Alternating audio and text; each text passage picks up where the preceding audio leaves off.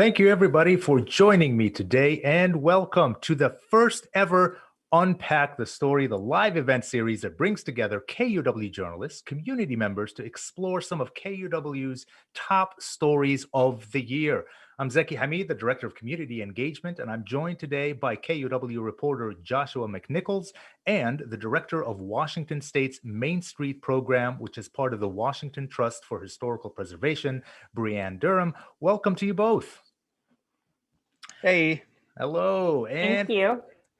so for our virtual audience that are joining us today, hey, welcome. And we would love to hear from you during this discussion. So please share any questions that you have with us in the comment section, which is right below. And I'm going to be monitoring these questions and comments as they come in to include them. We're going to, include as many as we can. So don't be shy about this. You got a question at any time, just go ahead and type it in the section below and we will get to them. So I'm going to start by talking a little bit about what this series, Unpack the Story, is all about. So this series is meant to unpack the most impactful stories and investigations, which are all chosen by you, by the way, the audience. You'll get to share questions with the news team that's involved, learn what went into the making of the story, and we're going to get some up-to-date developments on the story. So for this event, our audience voted for KUOW's The Main Street Project with Joshua McNichols. We put it up to a vote. There was a couple of stories that people were voting on, put it on social media and other channels, and this is the one that you chose. So today we're going to explore the series, The Main Street Project, take your questions, and we're going to talk with Breanne about how her program, the Main Street program, helps communities revive their business districts using strategies centered around each community's unique heritage and attributes.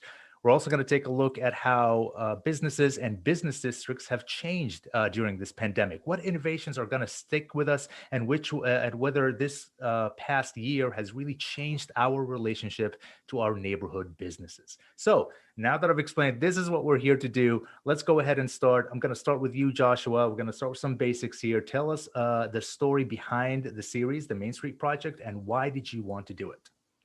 Well, as the pandemic gets into its late stages, we, as a newsroom, we're starting to look around for what's a way that we can tell the story of economic recovery in the region in a unique way.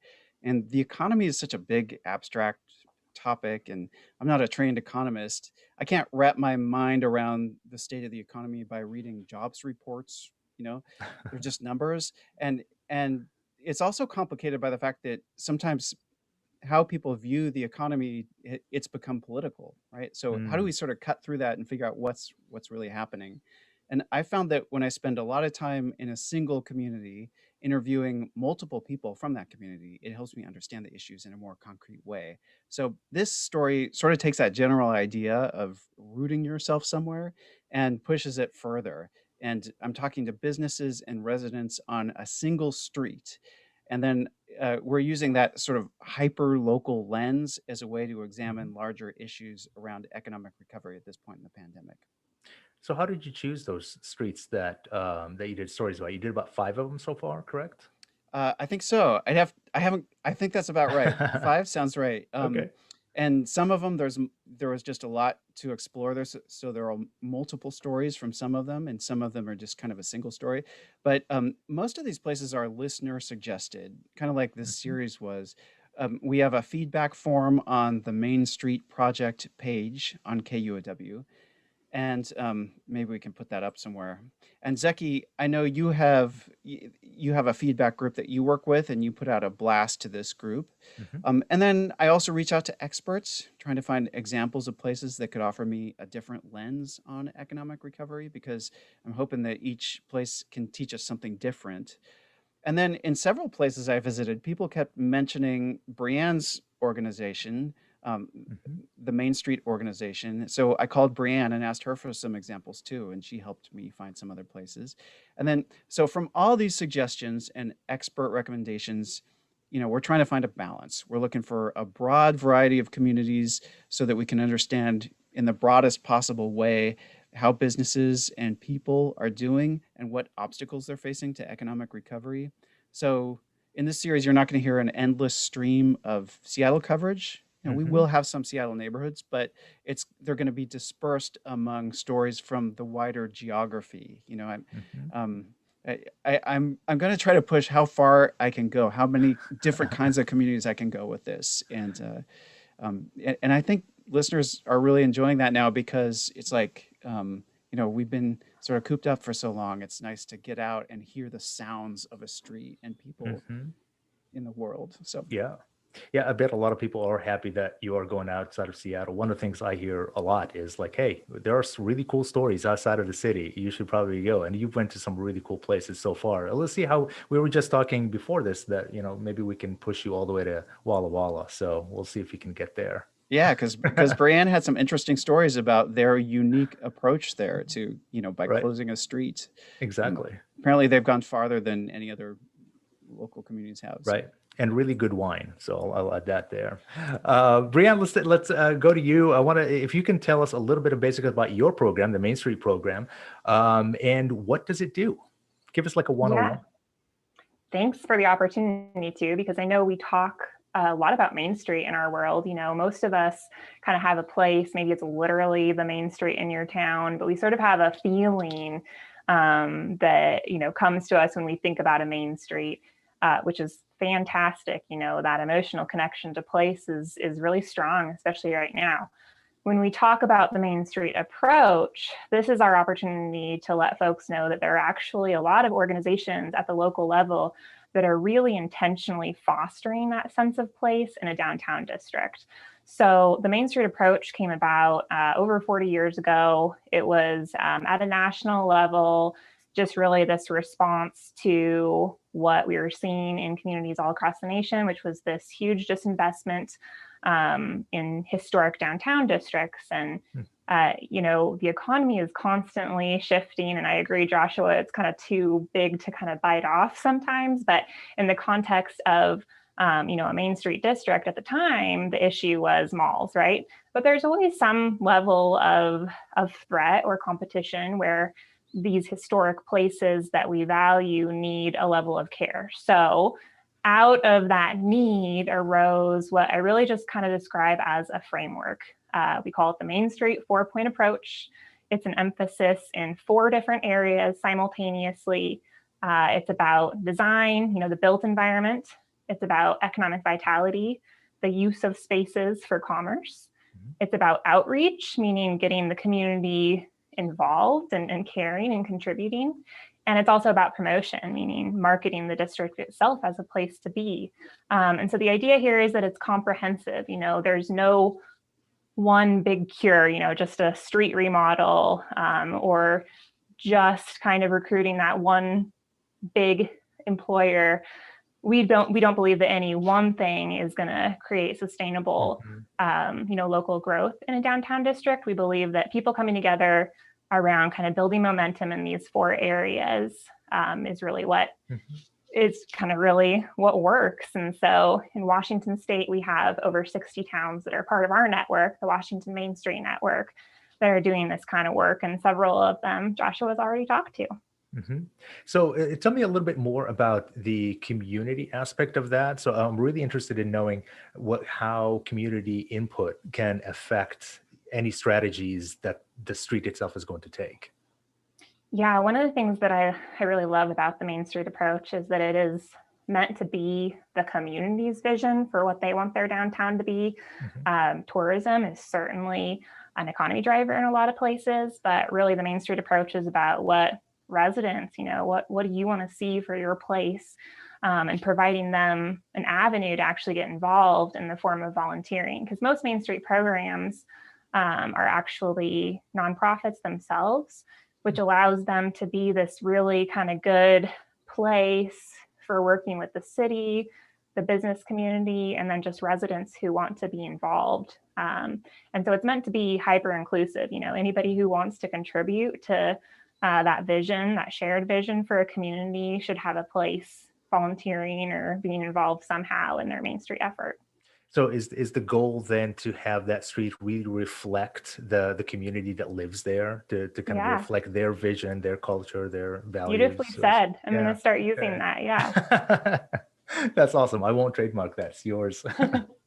So I want to remind folks that are watching right now that if you have any kind of questions, just go ahead, or thoughts, just put them in the chat right below, and we will kind of get to them. So I want to move on to talk a little bit about the impact of the pandemic on business districts. I mean, we've never seen anything like this before in our lifetime. So businesses can't just employ tried and proven strategies for reopening after an initial shutdown. So Breanne, my question to you is, what conversations were business districts having to get businesses open again? And, who did they turn to for guidance? Yeah, I mean, obviously there's been no like one surefire strategy for every business, but I think that one of the things that a district, can offer is that, like a Main Street district, for instance, first of all, you've got your Main Street organization, and they were just funneling information and ideas to the business community throughout every kind of stage we've gone through in the pandemic. This is how the requirements are changing. Here are some ideas for making your pivots. But then I think also a strength of a district is that the business owners themselves are probably connected to each other in some way. And so they were able to kind of lean on those relationships to help make those changes. But, we saw so many different, really amazing, innovative approaches to just dealing with business in this difficult time. I mean, I think everybody has probably seen how restaurants have adapted time and time again, expanded out onto streets and sidewalks, but retail businesses and service businesses too, just finding ways to bring people together and create some of those unique experiences, even when it's really difficult to. Meaning, there were art shops that created these great, do it yourself from home packets for school kids who were suddenly stuck at home all of the time.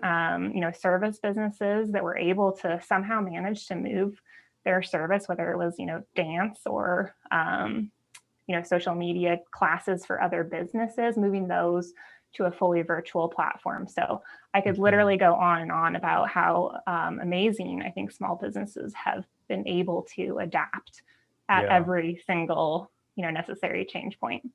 Yeah, and you mentioned classes. I have a kid who's 7 years old who was stuck in dance classes, and the way they moved over Zoom, I didn't think that any of that would work. And it's just a tiny little studio in our neighborhood, but it kind of did. I mean, at least it provided some sense of normalcy for little kids. That way I thought was pretty innovative. Joshua, I want to move to you here. Tell us, if you can tell us about the personal impacts of this pandemic and how it's intertwined with the wider business impacts. Like, how does one affect the other? Well, I'll give you an example, and this comes from a story we haven't published yet. It comes out, I think, next week. I think my edit's on Monday, and then it'll come out maybe Thursday or so. But I went to Front Street in KUOW. It's a tiny town of about 1,800 people on Whidbey Island, and about 85% of its economy comes from tourism. The rest is locals. Some people stationed at the Naval Air Base nearby. Some are retirees, and some are working remotely from home. But anyway, every year KUOW has this thing where, as the tourism season starts, they have to hire like mad. And so last year, of course, they had to lay a whole bunch of people off. And now this year, the tourists are coming back. They're coming back pretty dramatically now. Airbnbs are filling up, weddings are back on, and suddenly they need to hire. And they need to hire in numbers like they've never had to do before. So, they need room cleaners, and they need waiters, and they need kitchen help and front desk people, and they need cashiers. And then behind that economy on Front Street, there's the economy that supports that. There's bank tellers and bus drivers and farm laborers at a nearby lavender farm that people visit.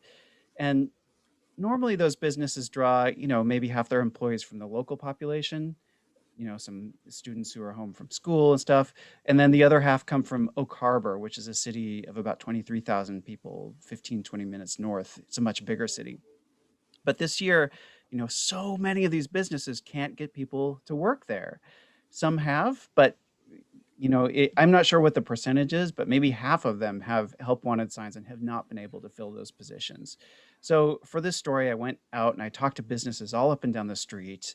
And, many of them had theories about why people aren't taking their jobs this year. Like, the owner of Toby's Tavern, it's a place that's been open every day for 32 years. But now the owner has to close it one day a week because he doesn't have enough dishwashers. He doesn't have enough wait staff.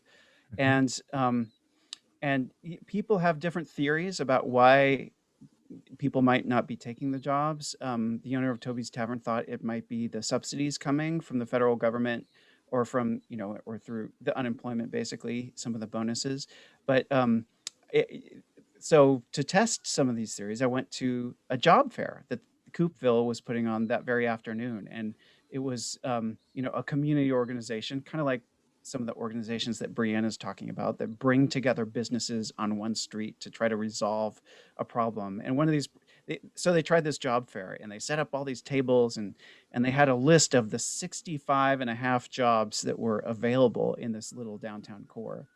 And over the course of the day, only a handful of people walked through, which just shows you how hard it is still for them to recruit, even when they all combine their forces to recruit people together. Oh, I see a little picture there of that job fair. Um, and but I talked to everybody who left, and I sort of asked them, what are the obstacles that you faced to getting back into the workforce? And there were, and many of them were complicated. Many of their reasons were Mhm. complicated. There might have been a little bit of them being able to hold on before coming back because they were receiving some financial help, but in many cases it was just like for example, I talked to one guy. His name was Ryan Stewart, and he told me his story, and it just kind of laid out how complex this issue is. His wife works at the Navy base, and they have two kids, and then they got a divorce.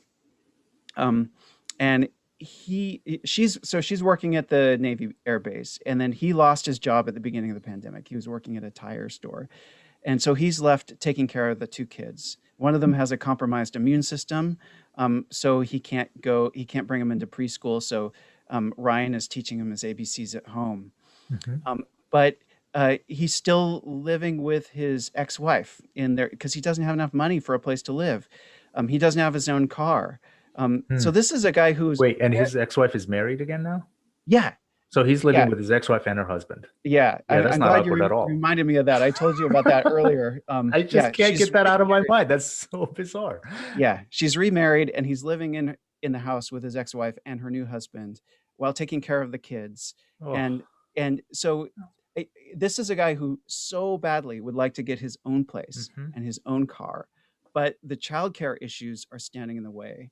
And so at one point, the awkwardness of his situation and his sort of frustration just kind of led him to in the swamps of despair, as we say in storytelling. And he kind of snapped and said, I'm just going to have to let go. I'm going to have to put my kid in some kind of daycare and go find a Mhm. job. And I think we've actually got a little quote from him. Yeah, I let's think take a we as listen. human beings we have that hunger for control, and we hate feeling helpless. But at some point you just have to let go of those things that you're holding on to, that stress, that anxiety, because it doesn't help you at the end. I mean, you can stress all you want, but it doesn't make you any more productive. Yeah, and so that's the emotional point, that where he had to make this change and let that go, bring his kid to daycare, even though he feels like he might be vulnerable there. And I feel like that explains. So everybody's got a little complexity in their story of why they can't come to Mhm. work, but it's never just one thing, you know. Yeah, it's really interesting because you really bring a level of complexity to this whole issue thing. It's really never, very simple thing. It's you got to dig a little deeper. Breanne, have you heard anything like that about like, barriers to kind of hiring right now? Have you heard of anything, or what kind of theories, I guess, on some main streets? Oh, yeah. I mean, Joshua's spoken with actual job seekers. I have not necessarily, but it's a huge issue right now I mean, this is like the next challenge that small businesses are facing, in a series of challenges is just hiring. So a lot of businesses that, have been building their hours back up because, restrictions have loosened and they've been able to, are now peeling back hours because they can't find the workforce there. And I can't, comment on the reasons for that, but I do know that this is kind of again, like the next kind of stage of how Main Street programs like the one that Joshua interviewed in Coopville are just trying to kind of help meet the need by, helping to post jobs, even going to the extent of hosting job fairs for their businesses. So it's kind of an all hands on deck situation, trying to get a handle on this so that businesses can really even after June 30th, actually get back when to everything fully opens up functioning. again. Yeah, right. There's June 30th right now, at least, is the date that the state is supposed to completely open up without, many restrictions, if at all.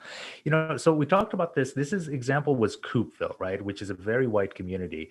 I'm wondering, Joshua, how did that differ? How does that differ from a more diverse district? Let's take, Hilltop and Tacoma, for example. Yeah, very different situation there. In Coopville, it was outsiders, tourists mostly, 85% tourism supporting the economy. But in Hilltop, in Tacoma, it's got a higher proportion of Black-owned businesses and BIPOC businesses, and it's kind of one of the things they're experiencing is almost like the opposite. Neighborhood organizers tell me there's not a whole lot of outside support for businesses there, but there's this intense community pride in the neighborhood around the businesses there. And in this picture you see, this is Brenton Nelson. He's one of the owners there. He's with the Hilltop Action Coalition, I think is the name of his organization. Um, and he kind of guided me through what a lot of businesses there are facing. Um, for example, if a business is struggling and people in the neighborhood hear about it, they'll rally around that business and do things like buy gift cards, Mm. even if they have no intention of buying something in the near future, or they don't need a gift card to give somebody for a birthday. It's just to keep the money flowing to those businesses. That's kind of a common thing that happened in Hilltop. I was talking to Janephanis Tucker about what I'd learned reporting in Hilltop, and I asked if that matches what she's seen among her clients. She's a certified business advisor with the Washington Small Business Development Center, and she specializes in advising BIPOC businesses. And she says that kind of grassroots support is common in BIPOC communities. We Let's do take a what we listen. have to do to make sure that we are growing, and we don't necessarily depend on that top-down support because we know it's not coming. And Janephanis encouraged people living near BIPOC-owned businesses to think every day about how to support those businesses. And she offered an example also from Tacoma's Hilltop, because she talks with clients there, of a business that successfully built on that kind of grassroots support, not to just survive, but to thrive. It's a Black-owned vegan restaurant called Quickie 2. With the COVID-19 and going back and forth with the shutdown, and now you can open up, and oh no, now you can, and all that, she just decided, I'm not opening back up. We're just going to do carry out. And she actually doubled her sales by doing that, because she was able to lower her overhead costs, and she was just able to make sure that she's serving her customers and doing those orders to go, and she's still making money. She's able to thrive because of that community. Janephanis said that the restaurant Quickie 2 has a vegan mac and yeast, which is like yeast instead of cheese, to die for. And so I guess you got to try that if you go there. But she said that any business can get free help through her program, which is run by the state of Washington, and it's paid for by CARES Act money. And she gave me a website. It's WSBDC.org. That's the address for the Washington Small Business Development Center.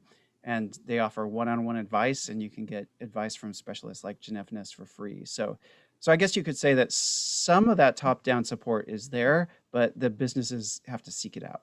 Yeah, I was really struck by her comment when she said, talking about the top-down help, and she said, it's not coming, right? So like, Yeah. don't put your hopes on that. That was a striking comment. I'm all for that mac and cheese, by the way. Just show me the way, and I'm there. I want to shift a little bit here, talking about just online shopping. Breanne, we shopped online as if it was running out of style last year, and a lot of us are still doing it, me included. What effect has that had on small businesses? I mean, it might sound like a really simple question, but I think there's something a little bit more to that, right? Yes, I would answer this in two ways. One is to say, if you're shopping on Amazon, you're choosing to not shop at your local small businesses. And those Right. are choices, that we as consumers, but also as citizens, as community members are making. And so, those of us who are able to, being intentional about where we are spending our money, doesn't mean you can't do that online. But, it's disheartening for folks who do work with small businesses on a regular basis to see the headlines around Amazon stock and Jeff Bezos' salary and those types of things. So I will shift that by saying that one of the more positive outcomes in terms of online shopping is that, in Main Street, we've known for a long time that most Main Street businesses don't also have an online platform. They're what we call brick and mortar businesses exclusively. And our national partners actually did a pretty extensive study last spring to find out, okay, exactly how pervasive is this, what is now a very real issue of Main Street businesses not being online. And it was something like 2/3 of survey respondents did not have any level of that kind of online presence that they, like immediately needed all of a sudden last spring. So what we have seen since then is that, a lot of small businesses through, partners like their Main Street SBDC for sure, and just even their own resources locally, like fellow business owners, have been able to get online since then. And honestly, that's really ideal, like for a brick and mortar business to have sort of this back of house component to their sales.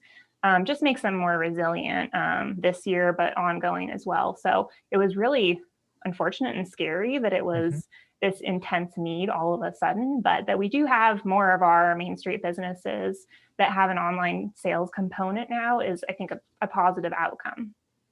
Can you give us an example of a business that adapted really well to this online environment, and maybe an example of one that didn't? I unfortunately am not at that level in my work anymore. I work primarily with the Main Street programs that work directly with their small businesses. So I might have to kick it over to Joshua to see if he had any of those types of stories from his work. I definitely met business owners who have adapted well. One comes to mind, a store called the Rusty Raven in Kent, where one of the business owners, Melinda, she contracts. Oh, there she is. She contracts out with local artisans to make things, and so one thing she did not expect totally took off in her store, and it was this product called a bowl cozy, which you can see her holding right there. And it's fun. It's something that you put around your bowl when you put it in the microwave, and then when it's done, your bowl is hot, so you still need to hold it. And so these things were selling like hotcakes, these bowl cozies, and they had because they had a street closure, she was able to put a table out, and people would walk by and they'd see these strangely shaped sort of origami looking things and say, "What are those?" And she'd say, "Oh, it's a bowl cozy." So, but it was through a combination of those in-person sales, but word of mouth also, and then online sales too, because they sort of got a web store up and running.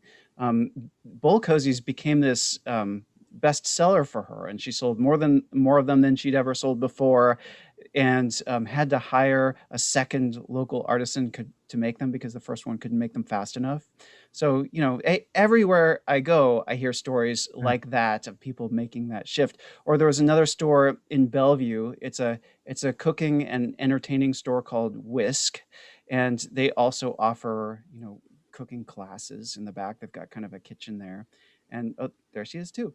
And when the pandemic hit, nobody was buying, dishware anymore and things for entertaining, which was a big part of their business. So they shifted to meet this new demand in pasta makers and in bowls where you can let your bread dough rise, and those things totally took off. So, Huh. but of course, there were supply problems with those products too. So they couldn't quite meet the demand as much as they'd wanted. So, um, Still and cool they, examples. yeah, and they also shifted their classes to online. But these are for both in both these cases, these are survival techniques. They're Mhm. not they're helping them pay the rent, but time and time again, I heard people still tell stories of dipping into their personal savings to keep their stores afloat. And you know, main streets and stores on main streets have this strong connection with customers, and kind of like we heard about in Tacoma's Hilltop neighborhood, when it's not based too much on tourism, you have this urge to support the local, and sometimes that extends into the online environment, and that has really helped a lot of these stores get through. Yeah, the cozy thing is, we can say cozies are not just for beer anymore, right? So Right. there's another slogan that people can steal. We got some questions coming in here, so I'm gonna go to them. And reminder for everybody that's watching right now: if you got questions, just put them in the chat. I'm gonna get to them. Here's the first one. This is actually great because we were kind of talking a little bit about this before the show started. The question is from Rod on YouTube: is access to public transportation affecting the ability of businesses to rebound? So we were talking more about like public spaces, right? So yeah, have you noticed, for either of you, have you noticed anything about public transportation and whether it was contributing to rebounding or not? Well, that's a good question. Breanne, maybe you've got something to say about this too. I'll just say, first of all, that the people who I see supporting local businesses or have seen supporting local businesses during the pandemic, many of them either live nearby. So if you've got a residential community near there, that's very helpful, because you can just walk. But many of them also have driven to support those places. So I just I haven't I haven't met people who are coming to these districts, these business districts by bus. Um, Mm, I haven't gone to any neighborhoods yet that are right on the light rail line, so I don't know if things are different with light rail. I expect it would be a little different. mm. Yeah, and Yeah, Breanne. I would just add, I think that that's probably going to be more of an impact for employees trying to get to work than I Ah, would guess customers, because I've observed the same thing Joshua mentioned, which is that, the local, hyper local customer base has really been critical for these types of neighborhoods. yeah. It it's interesting. You do see different levels of impact depending on whether people depended on, commuters, office workers, for example. Like in Pioneer Square, they, they partly rely on people who come there from afar. But there's a lot of office workers who sustain those restaurants, or even sustain a business, a retail shop or a place that has classes, because the workers will come out of their work and then they'll be like, oh yeah, I walk by this place every day, so I might as well go there for a class too. It's convenient, even doctors' offices. Mhm. So, I mean, the the walkability of a neighborhood, the proximity of residences and businesses it begins to form a complex ecosystem, and the more the layers in that ecosystem you have, the more resilient some of these Mhm. neighborhoods are. And they've been able, places that had office workers, but also um, people who live nearby are less dependent or less vulnerable to everybody working from home. And so we see different degrees of that vulnerability in different places according to how their segments were affected by the pandemic. Mhm. And Brad, when we were talking earlier, you mentioned there's a study about parking spots, right? That kind of also contributes to that, and who favors those, having those parking spots in front of the businesses, and who might not favor, or may favor having the business extend onto there. You're taking away that kind of public space. If you want to just share a little bit about that. Yeah, we were talking just generally about public space earlier, and I just think this is a really interesting thing. Maybe even especially for smaller towns, which is who I tend to work with more. If you think of just one or two parking stalls, and especially again in smaller rural communities, those might not have any sort of time limit or fee attached to them. You can park there from dusk till dawn and through multiple days, even in some towns. And so if you think about the potential turnover of that spot, somebody parks there for, let's say, 6 hours or 3 if there happens to be a limit on it. That one bit of public space, that one parking stall sees 1 or 2 people moving through it in the neighborhood because of it, or having gotten there because of it. Whereas, one of the big trends that we have seen really take hold during the pandemic is the use of public space for commercial or just pedestrian use. So like a side street closure, like Joshua has talked about with Kent, or a parklet or streetery, using that parking stall for pedestrians instead of cars. The number of people who are going to circulate through in that given amount of time, 3 hours, 6 hours, 4 days, if you don't have a parking limit, that's going to have this tremendous impact on the whole district, because pedestrians are more likely to kind of be circulators, whereas if your goal is to drive your car in front of the business, go in, get your takeout or your online order, and come back out, you're not as much a circulator as somebody who perhaps walked into the district and used the space Do we just know for their how? time.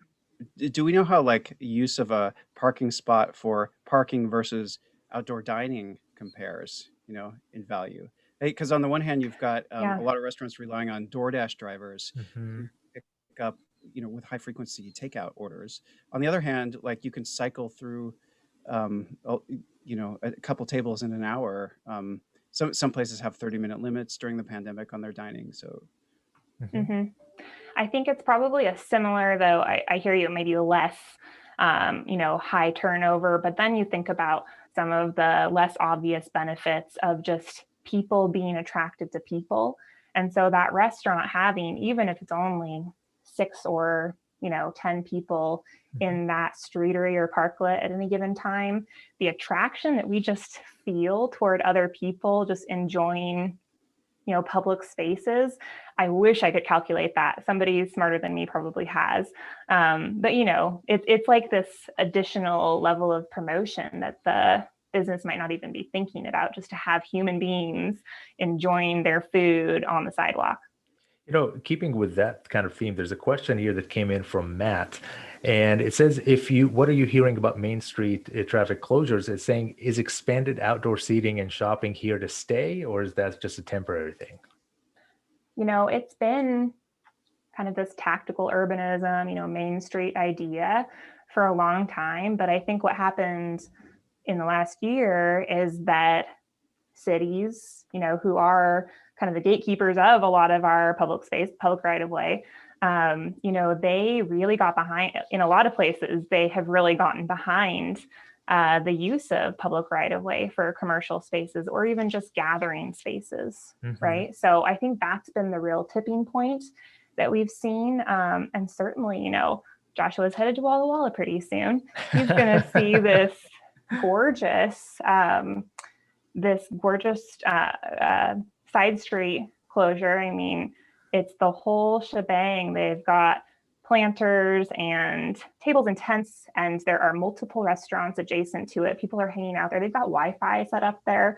I mean, that's been established. I think it's just about a year. I think it's celebrating its 1-year anniversary right about now. And so the city of Walla Walla has just embraced that in such a way that I can't speak for them, certainly, but to answer the question more quickly, yes, I think that a lot of those kind of more pedestrian-oriented uses of public spaces are hopefully here to stay. one short thing to add here is that, like, before the pandemic, many of these communities were held up by liability concerns. For example, in the city of Kent, it was just like they kind of had these complicated things to work through, and they had planners on staff who were sort of like, well, what if a car hits these diners, and those concerns are legit, but they just figured out a way to work around it, during the pandemic because they had to. So I'm going to ask one more question here from an audience member, and then I want to move to talk a little bit about innovation. And then if we have time, we'll go back to some more audience questions. But the question here from Bridget, also coming from YouTube, how has the homeless issue impacted main streets? I know in Lake City, it has had a big impact, in Lake City and Seattle. So what are you hearing about that? Yeah, and there are a lot of Main Street communities in Washington state that are significantly impacted by homelessness, especially, all along kind of the I-5 corridor.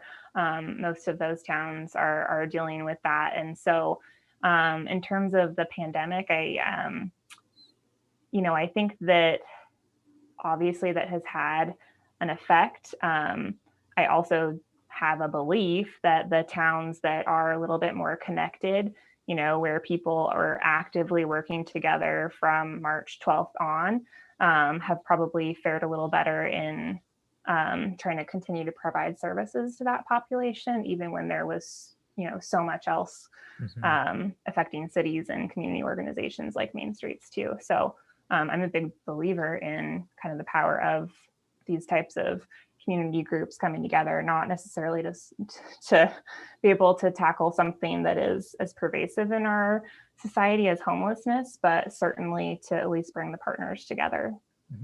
And Joshua, you had a specific story in the first story that you did, which is in downtown Seattle. You had an example of that, right? Yeah, so the first place I went, it was deeper in the pandemic, and for sure, so you had the situation where no customers were showing up. A guy in a restaurant was managing to sell, but only through DoorDash drivers, basically. Mm-hmm. And I heard a lot of frustration there that this problem was persisting and was so, I know, and it's really challenging. I know that during non-pandemic times, for example, the Downtown Seattle Association has this philosophy of filling public spaces with lots of people. And it's not about kicking people out, but it's about when you have a wide variety of people there, everyone can feel more welcome in some way. And so, but that tool is just less, you can't bring people to fill these spaces. Kent is doing it by closing a street and having social distance outdoor fare on the weekend, but they don't have the same level of people living outside. So I definitely heard a lot of frustration from businesses and a feeling that when customers are ready to come back, will they be sort of scared off by the things that they see outside, because it speaks to our failure, as a culture in dealing with problems that beset people. So yeah. So I want to talk a little bit about surprising and innovative things that you've seen. So Joshua, tell me this: what is the most surprising thing that you have seen in reporting on the series so far? I think it's been seeing the concerns about liability for dining and parking spaces fall away, and the opening of minds towards the idea of using public space for other purposes. Even in Bellevue, where cars have been protected in some ways, in ways that they haven't elsewhere. You see businesses weighing the costs and benefits in a different way, and it's because they've had this experience during the pandemic of trying new things. So I don't know how many of these things will be permanent, but the groundwork has been laid, again, addressing those liability concerns, and minds have been opened by seeing something different. And especially as light rail continues to bring more pedestrian activity to new areas, I wonder if some of these lessons will it'll be like, oh yeah, that thing we tried during the pandemic, like maybe we should make that permanent here now, because there's so many people walking around. We could, we saw that you could get more out of a parking space by doing this with it than that. So let's try that again. Yeah, I want to keep going on this. Breanne, tell us, what have you seen that's something that's really innovative, that it's like, oh my God, this is amazing. This is going to stick. We're going to keep on doing that. Yeah. I think one of the things that we've seen Main Street organizations do is think about their own funding differently. And they're Mhm. small nonprofits, so it's not like they're rolling in it, but several of them do have some form of grant, usually like a facade grant. So they're helping property owners or business owners repair their historic buildings, and that's a fantastic, use of their funding. But what we saw like right away was several of these programs immediately shifted that funding because it's flexible. They're small nonprofits. They shifted it to e-commerce grants. So they were directly responsible for helping a lot of small businesses get online, as we talked about earlier.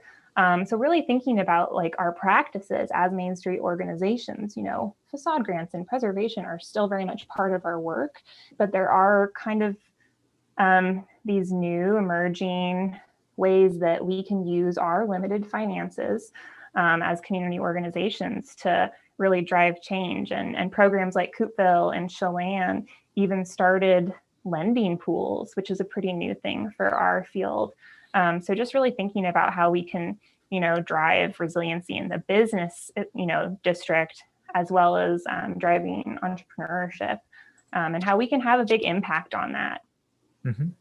Joshua, what kind of cool innovations have you seen?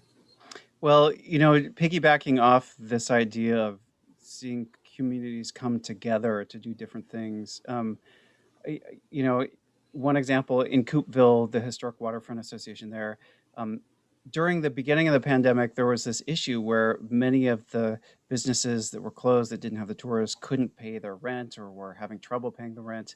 And so the organization as a whole approached all the landlords on the street and said, basically, this whole street is suffering, and asked if landlords could ease up on the shop's rent, please. And they got a good response. And I kind of think if they hadn't responded as a group, more landlords would have sort of kicked out their tenants over non-payment.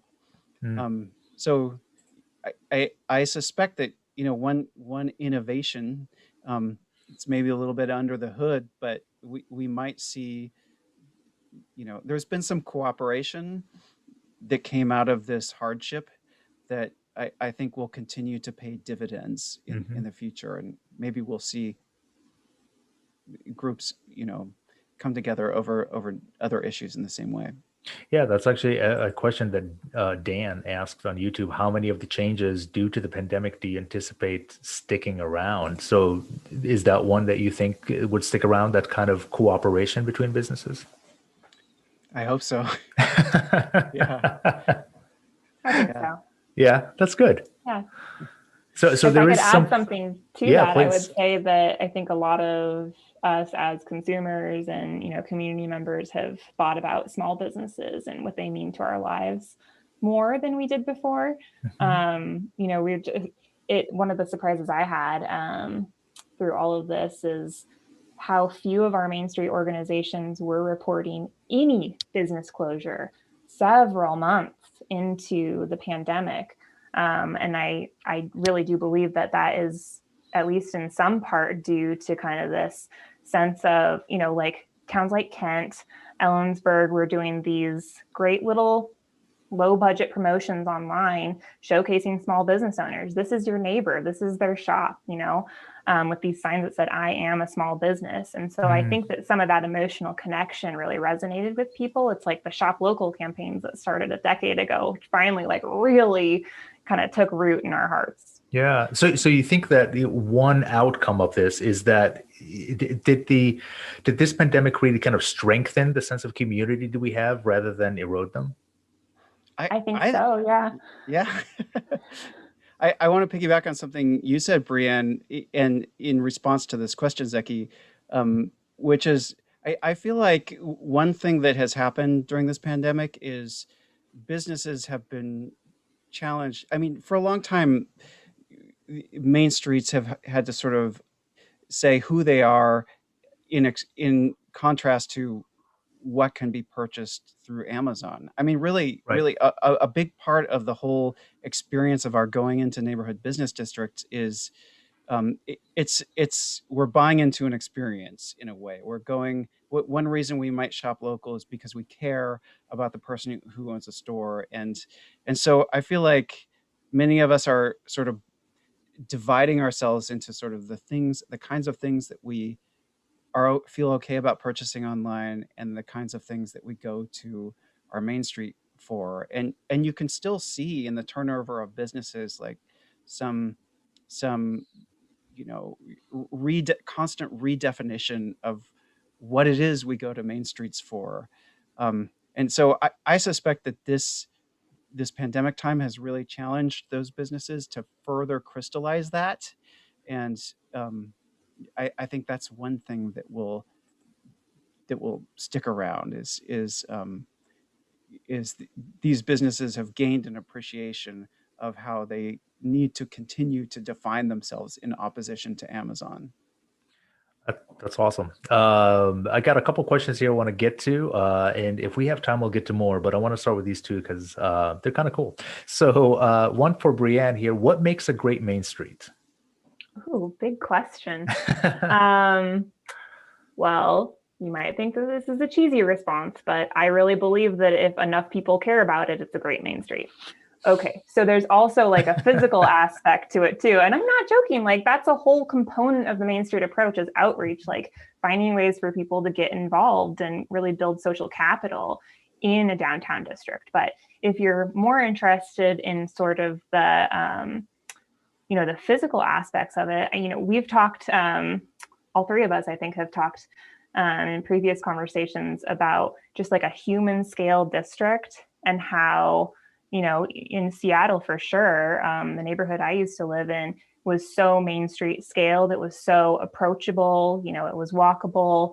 It felt like a place that you could move around. So I think that any of us, whether we're students of this or not, can kind of feel comfortable in a place with a lot of different factors. The scale of the building, the width of the street, vegetation, signage, all of those things that maybe make us feel kind of those, warm feelings toward a place where we grow that attachment.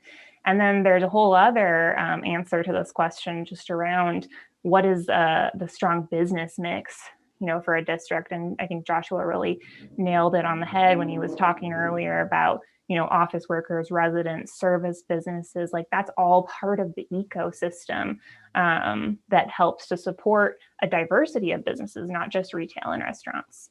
Do you have a favorite that you visited, a main street that you think are like, wow, that street just totally nailed it. I love being here. You're asking me to answer that? I know they're all like your children and you can't pick one, but we all have our favorite children, right? Well, I will say, since we do not work in the city of Seattle, I love Finney Ridge because that's where I lived for 5 years. There's an amazing bookstore there, some really great restaurants. And I'm also just going to keep driving the two of you to towns like Walla Walla and Camas and Yakima and Colville. No, I can't answer with this one. Joshua, do you feel comfortable with that question? Well, I don't know if I could name a favorite, but I one interesting thing, when you talk about scale, Breanne, I'm curious about, because there seems to be sometimes a tension between the things that bring a diversity of kinds of people to a place and the scale that we love about an older Main Street. Like, for example, we know that dense housing brings a lot more life to a street. You have more people supporting those businesses. And yet we know also that sometimes the things that are attracting people to the business is, narrow storefronts. So you don't have you're not like passing by a Target. There's a fly buzzing around in here. You're not passing by a Target width store. You're passing by like a little 20-foot wide something. And then there's another one and another one. And so sometimes it feels like these two things are in tension.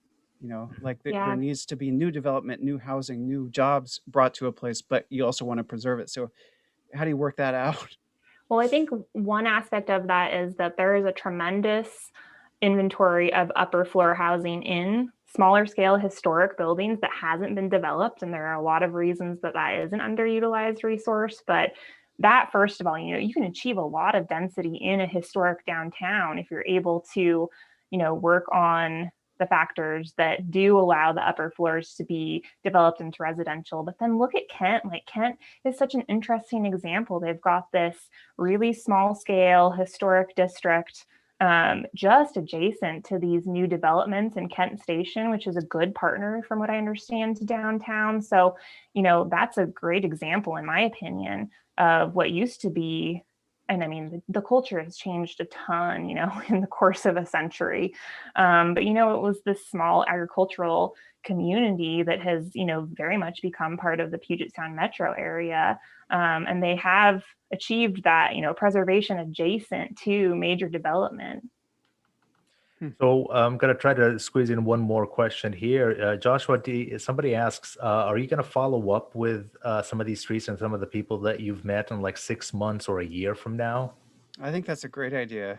I mean, sometimes when I work on a series, I think about it having a kind of arc, and I think about you know, maybe we'd do like put together a bunch of stuff in a 1 hour special at the end of some period, like maybe at the end of the summer after we've had an economic recovery sort of cycle. And so a natural thing would be to come back to some of the people that we talked to and say, you know, this is kind of what we heard at the beginning of the recession or of the pandemic or in the middle of the pandemic. And then you came through this economic recovery period. Like, how did those strategies you were doing work out for you? So to the listener who had this idea, I think it's a great idea. So next for you is KUOW, right? That's the story that's coming out next, probably Yeah, next that's week. why I talked about it so much, Right? because it's Yeah. I'm Okay. deep in the script now for that next That- week. So if folks out there that are watching this and you want to know the series, all you got to do is go to kuow.org/Main Street. You'll find all of the stories there. And then you can check out next week for the story about KUOW. And for you that have watched it, hey, you have an inside look now about what to expect. So that's why this series is so cool. And there's a form there if people want to suggest more Main Streets, and it doesn't have to be called Main Street. They don't have to be in the Main Street program. It's just like we're looking for important streets in your neighborhood, in your city. And there's a little form you can fill out and tell you what you think they're doing that's kind of new and exciting there. And we'd love for you to fill out that form to give us more ideas of places to go. Right. And that form is on the same webpage, which is kuow.org/Main Street. And Breanne, I know that your suggestion for us right now, or your assignment for us, right? Go to Walla Walla, right? Yes, and we could plan a whole route of other great visits along your way there. That's awesome. Well, thank you both for joining me today. This has been a really awesome conversation. I want to thank everyone for joining us tonight. If you're watching on YouTube, please subscribe to the channel below, you know, or as we say, smash that subscribe button right now. So to find out more and RSVP for our next event, please go to kuow.org/events. Thank you all for joining us today. From all of us at KUOW, please be kind to each other and have a wonderful day. See you, folks.